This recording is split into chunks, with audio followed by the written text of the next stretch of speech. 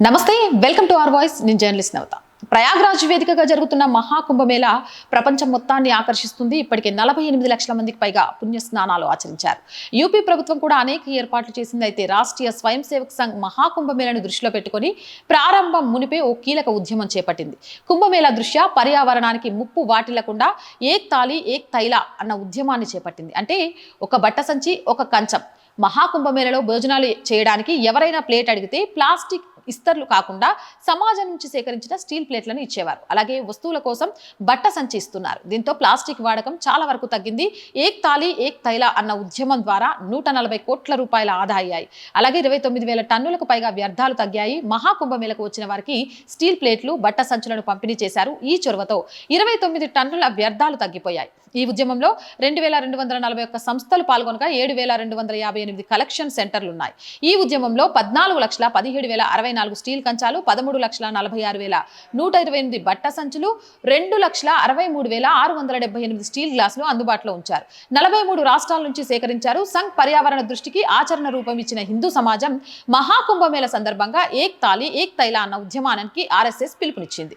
దీనికి హిందూ సమాజం నుంచి విశేషంగా స్పందన వచ్చింది. దేశవ్యాప్తంగా ప్రచారం చేయడంలో కొన్ని లక్షలాది హిందూ కుటుంబాలు ఇందులో పాల్గొన్నాయి. స్టీల్ ప్లేట్లు, బట్ట సంచులను ఇచ్చారు. దేశం నలుమూల నుంచి స్టీల్ ప్లేట్లు, బట్ట సంచులు వాహనాల్లో కుంభమేళ ప్రాంతానికి చేరుకున్నారు. సనాతన ధర్మంలో ప్రకృతి, పంచభూతాలు ఈశ్వర స్వరూపం. దీనిని తూచా తప్పకుండా హిందూ సమాజం ఆచరించి చూపించింది.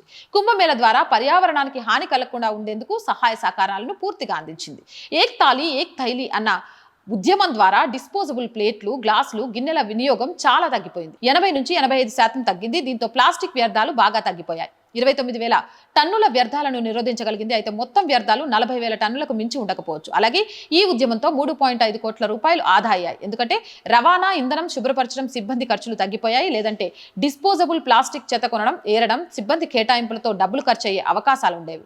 వన్ తాళి వన్ తైలితో ఖర్చులు తగ్గాయి. కుంభమేళకు వచ్చిన భక్తులు స్టీల్ ప్లేట్లతో భోజనం చేసి మళ్ళీ శుభ్రంగా కడిగేసి అక్కడే పెట్టేస్తున్నారు. అలాగే భోజనం కూడా అవసరమైనంత మాత్రమే వేసుకుంటున్నారు.